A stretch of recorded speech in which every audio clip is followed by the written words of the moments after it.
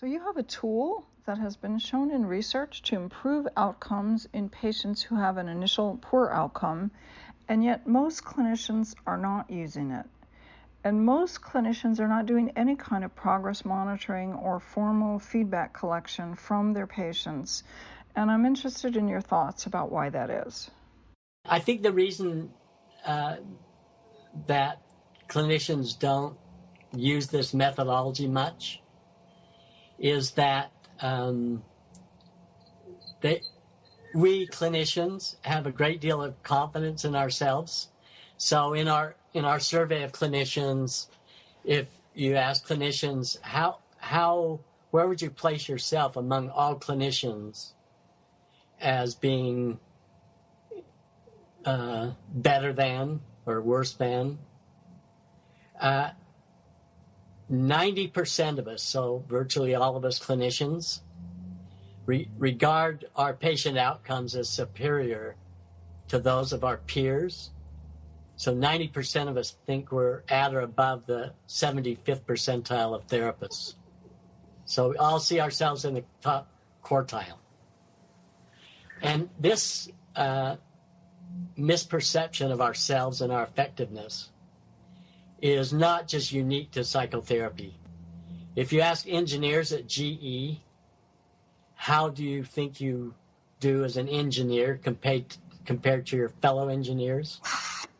Virtually every engineer rates themselves in the top quartile. If you ask cabinet makers, how are you doing at making cabinets quality-wise compared to your fellow cabinet makers? The same phenomena exists. Every cabinet maker sees themselves as a top cabinet maker. If you look at policemen and their belief in their ability to detect lies from people they're interviewing, they see themselves as better than other policemen and also as very good, and yet their performance is 50-50. They could just as easily flip a coin in terms of their accuracy. So it's this hubris that's natural in all of us to make ourselves happy. Like, I'm really happy not to go around thinking I'm average. I didn't come into the field to be average.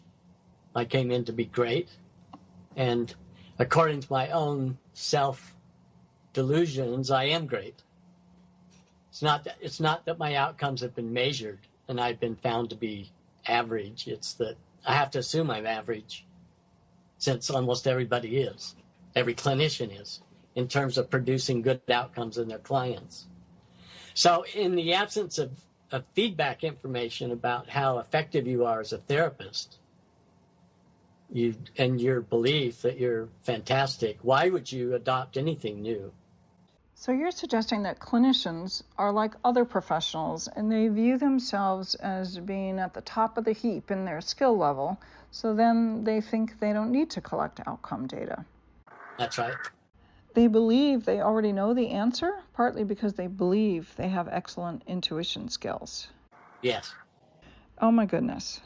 Then I'd further say that at some level they know that they're kidding themselves, that they're in a defensive position, overestimating their value, and they don't want to have actual measured outcomes.